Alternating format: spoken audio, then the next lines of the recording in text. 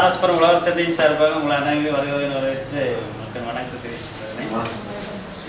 இந்த சந்தை வந்து ஃபார்மர் அண்ட் நுகர்வோர் போத் ரெண்டு பேருக்கும் பயன்படுறதுக்காக ஆரம்பித்த ஒரு நல்ல ஸ்கீம்.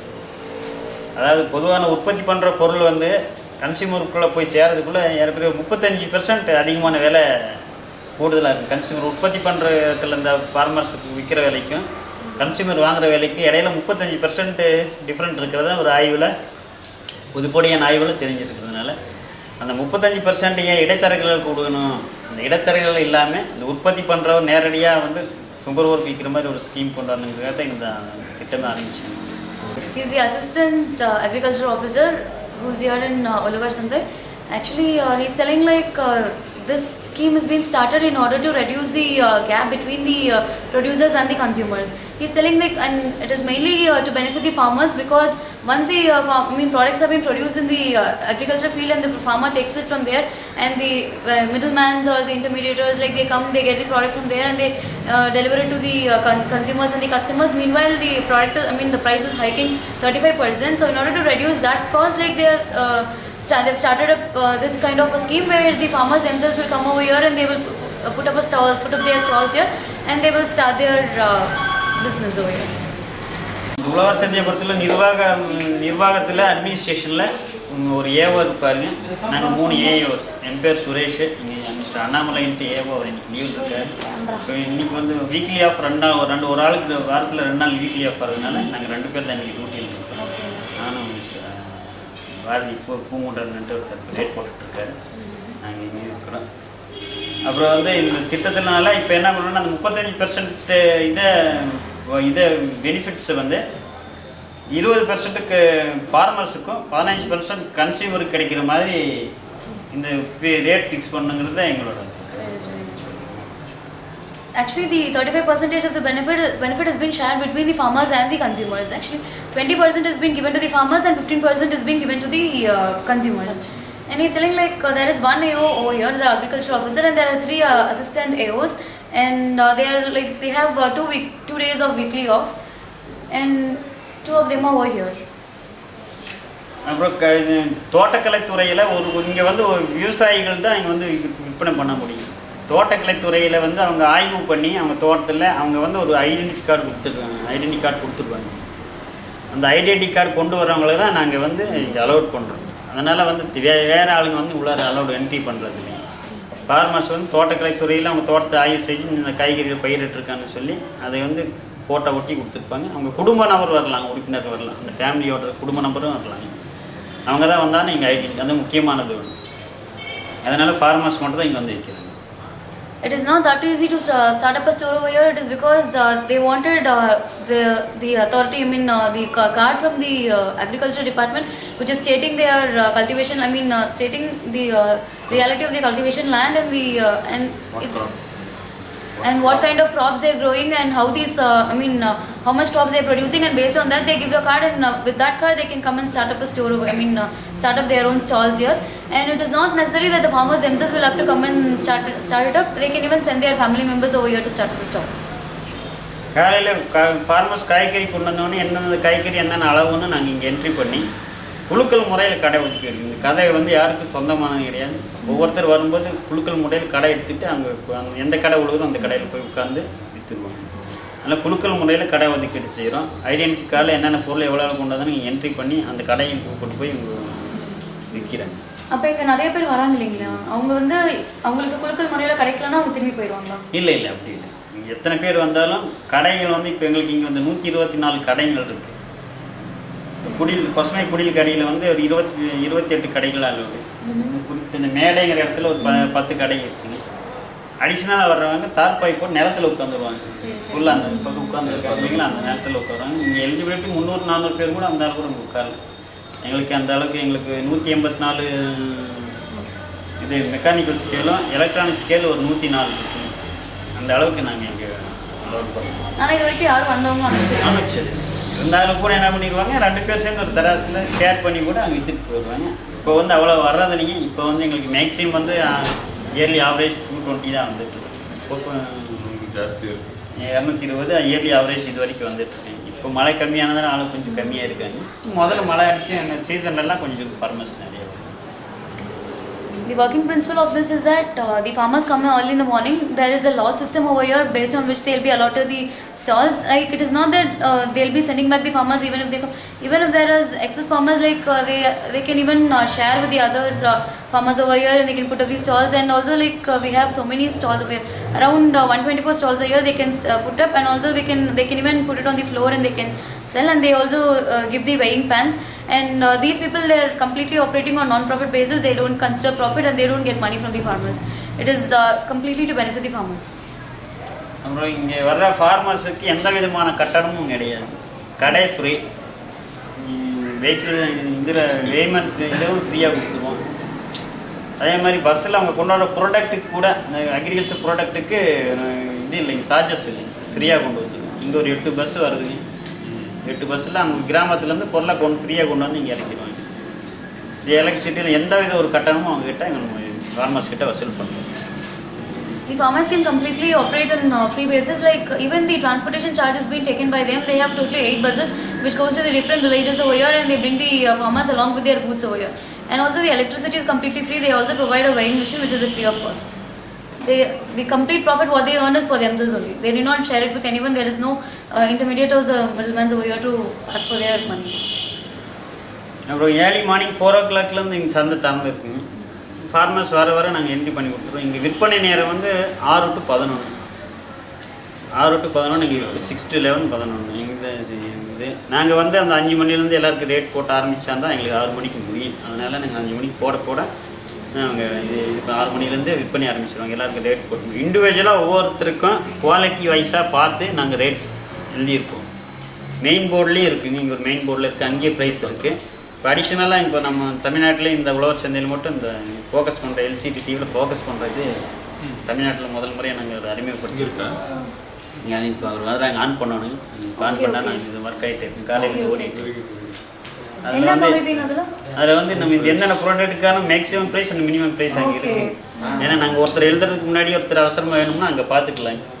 எல்லாத்தையும் எழுதுறேன் அவங்க எழுதின பின்னாடி அவங்க வாங்கிட்டு போயிடுவாங்க. அதில் இருக்க மெயின் போர்டில் எழுதிடுவோம். இங்கே இது பண்ணிக்குவோம். 3 கிரேட் வச்சுருக்கீங்களா? 3 கிரேட் இருக்குங்க. பொதுவாக மேக்ஸிமம் 3 இருக்கும். சில நேரத்தில் 4 கிரேட் எங்களுக்கு 3 கிரேட் எங்களுக்கு சொல்லுவோம். இப்போ பொடி தக்காளி இருக்குது 4 ரூபாய்க்கு விற்பாங்க. நல்லா தக்காளி 12 ரூபாய்க்கு இருக்கும். இடையில அந்த சைஸை பொறுத்தளவு குவாலிட்டியை பொறுத்தளவுக்கு விற்கிறாங்க. நாங்கள் மேக்ஸிமம் மினிமம் போட்டிருக்கோம். அவங்க மேக்ஸிமம் ப்ரைஸ்க்கு மேலே யாரும் இங்கே விற்கிறது இல்லைங்க. நாங்கள் அதுக்குள்ளே தான் கூடாது. நாங்கள் போட்ட கூடாது. They actually fix up the prices, and the people are not able. They shouldn't sell beyond that price. And also one system they are started newly is like they have an LCD over here which is like starts displaying all the minimum and the maximum prices which the farmers should sell, because it takes time for the farmers to fill it up in their sheets and then display it. So even if the consumers want it, they can have a look over here and they can go buy the product. And also the farmers they start coming by 4 o'clock in the morning, and they just come, they get their tokens, they get their weighing machines, and they go start up these stalls. And from the working hours over here is from 6 to 11 o'clock in the morning. அப்புறம் இங்கே நாங்கள் price fixation வந்து முதல் நாள் வந்து wholesale rate ப்ரைஸெல்லாம் நாங்கள் எடுத்துருவோம். Wholesale market இங்கே வந்து எம்ஜிஆர் மார்க்கெட்டுங்கிற ஒரு ஹோல்சேல் மார்க்கெட். அதாவது இன்றைக்கி நாங்கள் வந்து காலையில் 4 மணிக்கு 6 மணிக்கு எனக்கு ப்ரைஸ் பண்ணுறதுனால இன்றைக்கி மார்க்கெட் நாங்கள் பார்க்க முடியாது. அதனால் முதல் நாள் மார்க்கெட்டில் எவ்வளோ விற்றுருக்குன்னு பார்த்துருவோம். ஹோல்சேல் ப்ரைஸோட ஆவரேஜ் எடுத்துருவோம். ஒரு கிராப்புக்கும் போய் ஒவ்வொரு ப்ராடக்ட்டுக்கு எடுத்துருவோம். காய்கறிக்கு எடுத்துருவோம். அதே மாதிரி சில்லறை விற்பனை அங்காடிகள் இருக்குது, மார்க்கெட் இருக்குது. அந்த 2 மார்க்கெட்டுக்கு போய் 2-3 மார்க்கெட்டுக்கு போய் நாங்கள் எல்லாம் சில்லறை விலை எவ்வளோன்னு பார்ப்போம். இந்த ஹோல்சேல் விலையை விட இதுலேருந்து 20% சேர்த்தி இருக்கும் நாங்கள் ஃபிக்ஸேஷன் பண்ணுறோம். அதே இது வந்து ரீட்டைல் ப்ரைஸ் விட 15% கம்மியாக இருக்கும். அப்போ வந்து கன்சியூமர் வந்து வாங்கும்போது வெளியில் வாங்குறத விட இங்கே ஒரு 15% கம்மியாக இருக்குது. இங்கே வெளியில் 12 ரூபாய்க்கு விற்கிற பொருள் இங்கே 10 ரூபாய்க்கு இருக்கும். அதே வந்து ஹோல்சேல் அது 8 ரூபா தான் இருக்கும். அது ஃபார்மருக்கு அது 10 ரூபா போடும்போது 2 ரூபா பெனிஃபிட்டாக இருக்கும். அது 20% யாருக்குரிய அது வந்து அந்த மாதிரி தான் நம்ம இங்கே ஃபிக்ஸேஷன் பண்ணுவோம். The determination of the price is based on the MGR market, which is over here, which we went prior, and they just find the average of that price, and also they go to the retailers and they get their price. they reduce, they reduce 20, they increase 20% of that and reduce 15% of the retailers. So that if a product is being sold for 10 rupees, 10 rupees in the, 8 rupees in the MGR wholesale market, it becomes 10 rupees over here, which is 2 rupees less than that of the consumers who are, the retailers are selling it for 12 rupees. So comparatively, the farmers can get 20% profit, and the other consumers are going to the retail stores to get the products from the retail stores. They get 15% benefit. அப்புறம் வந்து இடைத்தரசு நாங்கள் கிடைக்கல் தராசுகளை நாங்களே கொடுக்கறதுனால அதில் உங்களுக்கு எந்த விதமான இடையும் வித்தியாசம் ஏமாத்துறதுக்கு முடியாது. ரெண்டாவது பார்கெயின் கிடையாதுங்க. எவ்ரிடே ஃப்ரெஷ்ஷான காய்கறி வருது. காலையில் 7 மணி நீங்கள் போய் பார்த்தீங்கன்னா ஃப்ரெஷ்ஷாக வர காய்கறிங்க அப்படியே இருக்குங்க. நல்ல குவாலிட்டியில் கொண்டு வந்து They provide a weighing pan over here. This is the reason why they will not be able to cheat. Even if they wanted to have any magnets or something behind the weighing pan and sell it at a less price, that will not happen over here because they are giving their own pans. That cannot be done. That is so reliable about this market. And also bargain system is completely is not over here because they do not bargain for the fresh foods, and the price is also comparatively less, and they determine the fixed prices, so there is no reason for bargaining. ஒவ்வொரு கடைக்கும் நாங்கள் quality பார்த்து அந்த கடைக்கு fix பண்ணிடுவோம். அதனால் வந்து உங்களுக்கு வந்து அந்த ஹை குவாலிட்டிக்கு ப்ரைஸு உங்களுக்கு நீங்கள் சுற்றி பார்த்தாலும் தெரியும். ஒரு 18 ரூபாயில் ஒன்று இருக்குது, 20 ரூபாயில் ஒன்று இருக்குது, 5 ரூபாயில் இருக்குது. அப்போ நீங்கள் வந்து எந்த குவாலிட்டி எனக்கு தேவைப்படுதோ அந்த குவாலிட்டி நீங்கள் வாங்கிக்கலாம். There are different qualities, and the prices are based on the qualities only. So even people who can afford for high quality can go for the higher price, and low quality can go for lower price. So there is no need for bargaining. இங்கே இந்த hill area vegetables எல்லாம் ஊட்டியிலேருந்து காய்கறி கொண்டு வர்றாங்க. Farmers கொண்டு வந்துடுறாங்க. Local இதே வந்துடுறாங்க. இங்கே வந்து இந்த பெரிய வெங்காயம்லாம் நம்மளதில் இங்கே சிலதில் விளையாத பொருட்கள் எல்லாம் கோஆப்ரேட்டிவ்ஸ் அண்டு இது செல்ஃப் ஹெல்ப் குரூப் மூலயமா விற்கிறதுக்கு நாங்கள் அலோட் பண்ணியிருக்காங்க. அதை வந்து அவங்க எல்லா பொருளும் மேக்ஸிமம் எங்களுக்கு இங்கே வந்து 80 to 92 பொருள் வரைக்கும் நம்பர் ஆஃப் வெரைட்டிஸ் வந்து காய்கறி இங்கே வருது. அதனால் காலையில் வந்து எல்லாமே நல்லமே வாங்கிட்டு போயிடுறாங்க. கன்சியூமர் வந்து ஏற்குரிய ஆர்டினரி டேஸில் 10 to 12,000 வரைக்கும் வருவாங்க. வீக்கெண்ட் டேஸ் சனி ஞாயிற்றுக்கு மேலே 15 to 20,000 வரைக்கும் கன்சியூமர் வந்து 15 to 20,000 consumers வந்துடுறாங்க. வீக் டேஸ் சனி ஞாயிறு மட்டும். மற்ற நாளால் கொஞ்சம் 10 to 12, 8 to 12 அந்த மாதிரி ஆவரேஜாக வந்துட்டு போவாங்க. நான் 5 மணிலேருந்து வந்து 11 மணி வரைக்கும் வந்துகிட்டே இருப்பாங்க. இப்போ மந்த் அண்ட் டேஸில் கொஞ்சம் கம்மியாக இல்லை, ஆனால் வந்து பொதுப்படியாக ரஷ் வந்துகிட்டே டெய்லி வருவாங்க சார். நான் ஞாயிற்றுக்கிழமை வந்தாலும் கார் வைக்க கூட இடம் இருக்காது, அவ்வளோ இருப்பாங்க. நியர்லி 20,000 வரைக்கும் வருவாங்க. Over here they are telling in the weekdays, especially on Saturdays and Sundays, there are so many people coming over here, and it comes around 15,000 to 20,000 consumers are dropping every weekends to purchase goods from here. And also there is a self-help group which will assist them in selling the products which is not sold out. இந்த உழவர் சந்தையில் AO அவ்வளோதான் இருக்கீங்களா? வேறு ஏதாவது இங்கே administration இல்லை. எங்களுக்கு ஹெட் வந்து deputy director of agri business அவர் ஹெட்டு. அவர் கண்ட்ரோலில் அடுத்தது ஏஓ அசிஸ்டன்ட் அக்ரி ஆஃபீஸர் அல்லது டெப்டி அக்ரி ஆஃபீஸர் துணை சின்ன சந்தைகளுக்கு. பெரிய சந்தைக்கு அக்ரி ஆஃபீஸர், அதுக்கு முன்னாடி அசிஸ்டன்ட் அட்மினிஸ்ட்ரேஷன் 3 தான். சந்தையை பொறுத்தளவு administration officer and assistant administration officer. சந்தையை பொறுத்தளவுக்கு பெரிய சந்தைக்கு 3 பேர் இருப்பாங்க, சின்ன சந்தைக்கு 2 பேர் இருப்பாங்க. அந்த அதுதான். உங்களுக்கு என்ன சேலஞ்சஸ் ஃபேஸ் பண்ணுறீங்க நீங்கள் இதை ரன் பண்ணுறது? இங்கே பொறுத்தளவுக்கு பிரச்சனைகள் அதிகமாக வர வாய்ப்பு இல்லை. ஏன்னா நாங்கள் ஆக்ட் வந்து முதல் நாள் இருக்கிற ப்ரைஸ் தான் ஃபிக்ஸ் பண்ணுவோம். அதனால் வந்து எங்களுக்கு வந்து ஃபிக்ஸேஷனில் வந்து அவங்க ஒத்துக்குவாங்க. ஏன்னா இன்றைக்கி வந்து காலையில் எப்படி மார்க்கெட் போகும்னு சொல்ல முடியாது. அது 8 மணிக்கு மேலே போகும், சாயந்தரம் சிலது 3 மணி 5 மணி வரைக்கும் போகும். முதல் நாள் அந்த கவர்மெண்ட் ஆக்ட்டை அவங்க ஒத்துக்கிட்டு ஃபார்மர்ஸ் கூப்பிட்டு நாங்கள் வந்து ஃபிக்ஸேஷன் பண்ணுறோம். அவங்களே வச்சு தான் எனக்கு ஏஓஸ் தான் ஃபிக்ஸேஷன் பண்ணுறோம். ஃபார்மர்ஸ் கூப்பிட்டு இந்த மாதிரி ஹோல்சேல் இவ்வளோ போயிருக்கீங்க இந்த மார்க்கெட்டில், ரீட்டைல் இப்படி விற்கிறாங்க, உங்களுக்கு எவ்வளோ வேணும், அவங்க வந்து அவங்களுக்கு தேவையான இது கொடுத்துருவாங்க. நாங்கள் குவாலிட்டி வைஸாக போர்டில் இண்டிவிஜுவலாக ஒவ்வொருத்துலேயும் இப்போ ப்ரைஸ் பண்ணுறதுனால அங்கேயும் பிரச்சனை வராது. அதிகபட்சமான பிரச்சனைகள் இங்கே வர்றதுக்கு வாய்ப்பு இல்லைங்க.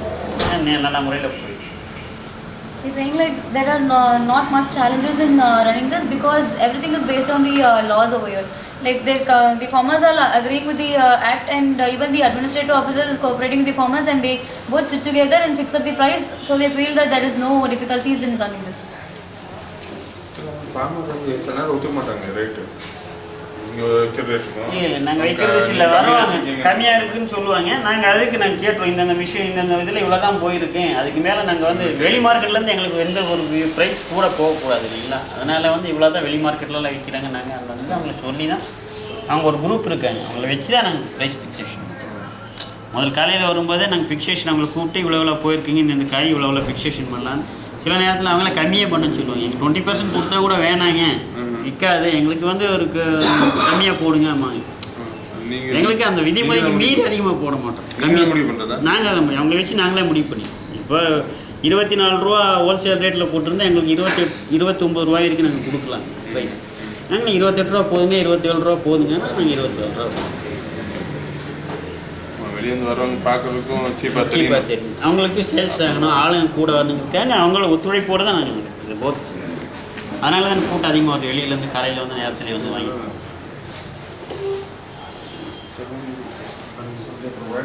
They are saying like the farmers are highly cooperative with them. Even if the farmers are not agreeing with the prices over here, and even if they come and demand for high price, they convince them, telling that this is not the case with the outside marketers, and people will obviously opt for those markets if their price is going to be high. And farmers are really understandable, and they get along with them, and they are doing good business over here. So, கொஞ்சம் customers கிட்டலாம் இங்கே நாங்கள் பேசணும். அவங்க சொன்னாங்க power cut வந்துட்டு ஒரு ப்ராப்ளமாக இருக்குது அப்படிங்கிறாங்க. பவர் கட் ப்ராப்ளம் இருக்குதுங்க, அது இப்போ கொஞ்சம் நார்மல் ஆகிடுச்சு. நாங்கள் வந்து இந்த எலக்ட்ரானிக் தெராஸில் சார்ஜ் யாருக்குமே போட்டு வச்சுருப்பாங்க, அதனால் வந்து அவங்களுக்கு பிரச்சனை இல்லை. அதுக்காகவே ஃபார்மர்ஸே வந்து இங்கே வந்து கொஞ்சம் இதெல்லாம் போட்டுருக்கோம், இது வர மாதிரி இல்லை வெளிச்சம் வர்றதுக்கு அவங்க போட்டு அவங்களே சின்ன சின்ன குழந்தைங்க பவர் கட் ஆகும். ஆனால் பவர் கட் ரேட் வந்து போட்டு அதில் எரிய வைப்போம். ஒரு 4 வர்ற கன்சியூமர் இனிமேல் நம்ம வந்து பண்ணணும். ஏன்னா பவர் கட்டு இல்லாமல் அதுக்குள்ள பிரச்சனை தான். அது இப்போ எவ்வளோ நார்மலாக இப்போல்லாம் நமக்கு காலையில் எங்களுக்கு தேவைப்படுறது 4 to 6 வரைக்கும் தான் எங்களுக்கு கரண்ட் அதிகமாக தேவைப்படும். வெளிச்சம் கன்சியூமர் கிடைக்கிறாங்க. அப்போ இப்போல்லாம் அவங்களுக்கு ப்ராப்ளம் இல்லை, நார்மலாக வந்துருச்சு இல்லைங்களா. இப்போ வந்து போகிறது இல்லை.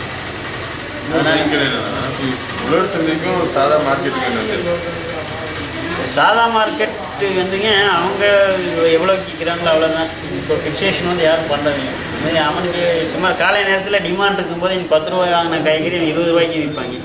டிமாண்ட் இல்லைங்களா, வாங்கின காய்கறியை 8 ரூபாய்க்கு கூட கொடுத்துட்டு விற்றுட்டு போயிடுவாங்க. நாங்கள் இங்கே அப்படி பண்ணுறதில்ல. குவாலிட்டி வைஸாக ஸ்டாண்டர்ட் ரேட்டு.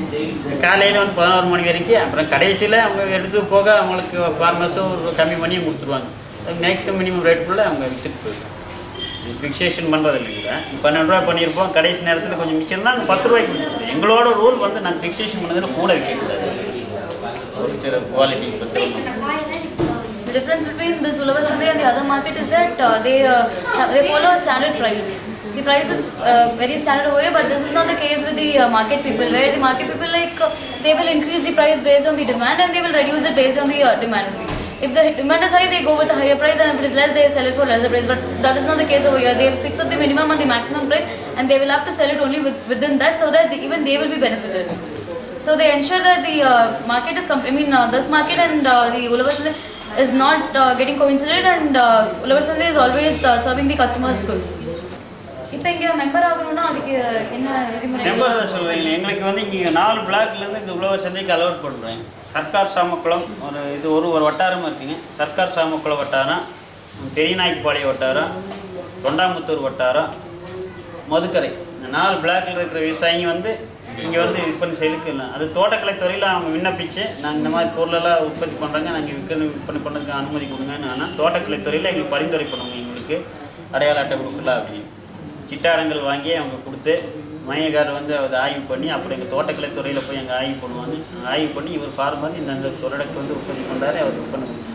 அப்புறம் அந்த ஐடி கார்டு வச்சுருவங்களை மட்டும் தான் நாங்கள் இங்கே. People from only 4 localities are allowed here. As he told, only from the nearby localities will be allowed, and the remaining farmers are not allowed to sell over here. And even if the farmers are coming over here for selling from that locality, they'll have to be authorized by the different people and the government sectors, and then only they'll have the rights to come and sell their products here. இங்கே உங்கள் கஸ்டமர்ஸ்லாம் யாருன்னு நினைக்கிறீங்க? Customers எல்லாமே வர்றாங்க. இதை பாருங்க, பெரிய high society people வந்து மிடில் கிளாஸ் ஃபேமிலி எல்லாமே வர்றாங்க. எல்லாம் ஃப்ரெஷ்ஷாக கிடைக்கிது, வெளியிலேருந்து விலை கம்மியாக கிடைக்கிது. அதனால் வந்து எல்லாமே இப்போ தான் கன்சியூமர்னு நம்ம கஷ்டம் சொல்ல முடியும். யார் வேணுமானு வரலாம், அவங்களுக்கு தேவையான பொருள் வரலாம். சரௌண்டிங்ஸில் வருவாங்க, சில நேரத்தில் தூரத்துலேருந்து கூட வருவாங்க, ஒரு 4-5 கிலோமீட்டர் தூரத்துலேருந்து கூட வருவாங்க, சுற்றி இருக்கிறவங்க வருவாங்க, 10 கிலோமீட்டருக்குள்ளே எங்கே இருந்தாலும் வந்து வாங்கி. நெக்ஸ்ட் பார்த்தீங்கன்னா கடைக்காரங்க இல்லை அது வந்துங்க ஏதோ ஒரு அகஸ்மாத்த வராங்க, நாங்கள் அவ்வளோ அலோட் பண்ணுறதில்ல, அதுக்காக நாங்கள் பண்ணாமல் இருக்கிறது ஒரு 2 கிலோ 3, அதுக்காக 50 கிலோ 100 கிலோனா நீங்கள் வாங்கிட்டு போகிறோம். இது ஒரு அளவுக்கு வாங்க அவ்வளோ தடை இல்லையே. தடை இல்லைன்னா பொதுவாக அவங்க கொண்டு வரல, இங்கே கன்சியூமருக்கு இல்லாமல் வந்து அவங்க ஹோல்சேலில் விட மாட்டாங்க. கடைசி வரைக்கும் கன்சியூமர் இருக்குது. அதே டயத்தில் நாங்கள் வேண்டாம்னு சொன்னால் கடைசியில் மீந்து போயிட்டாலும் அவங்களுக்கு வேஸ்ட் ஆகும். அதனால் வந்து அவங்க அளவுக்கு அதாவது அட்ஜஸ்ட்மெண்ட்டில் ஒரு 2 கிலோ 3 கிலோ முக்கியமான ஒரு ஃபங்க்ஷனுக்கு வேணும்னா வந்து கேட்டு வாங்கிட்டு போவாங்க. மற்றபடியில் எல்லாமே சில்லறை வெயிட் பண்ணுங்க, சில்லறையே தான் விற்பாங்க, ஹோல்சேல் கடைக்காரங்க வந்து வாங்குறாங்க. வாங்கலாங்க. ஒரு 2 கிலோ 3 கிலோ வாங்குவாங்க, 5 கிலோக்குள்ளே வாங்குவாங்க. நீங்கள் சொன்ன மாதிரி 100-200 கிலோங்கிறதெல்லாம் இங்கே அது போகிறவங்க அங்கே போய்க்காங்க. அது மெயின் மார்க்கெட். அங்கே ஒரு 15% இவங்களுக்கு என்னென்னா அவங்களுக்கு தெரியும் இந்த பேர் வருவாங்க, இவ்வளோ கிலோ வந்தால் சேல்ஸ் ஆகும், பர்மனன்ஸுக்கு தெரியும். அந்த அளவுக்கான கொண்டு வந்துட்டு The consumers and customers who are coming here, like they're not from they're from different categories. Even the high posh people come over here, even the middle class people, even lower middle class people, everyone come here because the price is less and even the quality is too good over here. And also they sell it only for the consumers. They prefer only the consumers, they don't prefer much of the customers, because if the shopkeepers are coming and they're buying more than 20, 30, 40 or 50 kgs like that, and the consumers are left without products over here, that becomes a problem. So they ensure that they sell to the shopkeepers also, in case if there is an excess amount of product available here. If not, they just prefer giving it to the consumers rather than that of the customers. Okay ரொம்ப நன்றி. சரி. Thank you.